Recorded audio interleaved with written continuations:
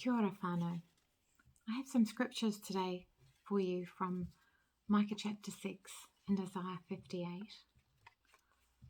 Micah 6 verse 8. And what does the Lord require of you but to act justly, to love mercy, and to walk humbly with your God?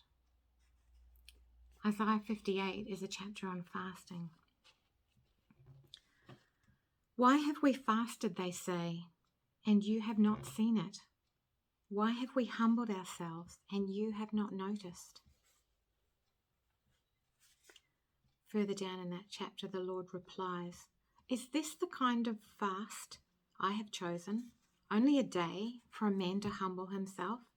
Is it only for bowing one's head like a reed and for lying on sackcloth and ashes? Is that what you call a fast, a day acceptable to the Lord? Is not this the kind of fasting I have chosen? To loose the chains of injustice and untie the cords of the yoke, to set the oppressed free and break every yoke? Is it not to share your food with the hungry and to provide the poor wanderer with shelter? When you see the naked, to clothe him and not to turn away from your own flesh and blood, then your light will shine like the dawn and your healing will quickly appear. Then your righteousness will go before you, and the glory of the Lord will be your rear guard. Then you will call, and the Lord will answer. You will cry for help, and he will say, Here I am. Just want to go back to the subject of fasting. Fasting we associate with prayer, and we fast because we want our prayers to be answered.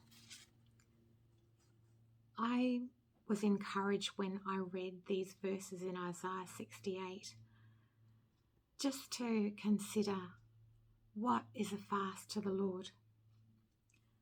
He says, you cannot fast as you do today and expect your voice to be heard on high. That's what he was saying to the Israelites.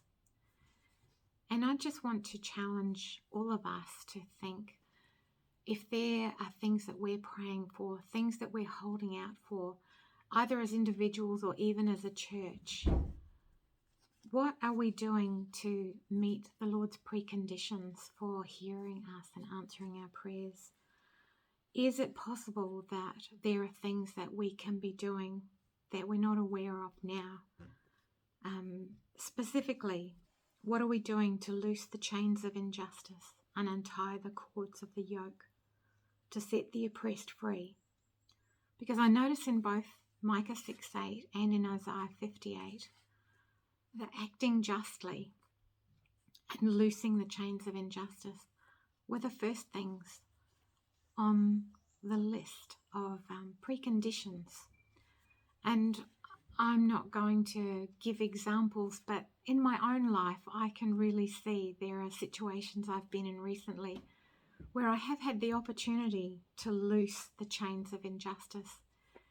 And I'm quite excited about that. And the Lord will show you what that means in your life if it's relevant.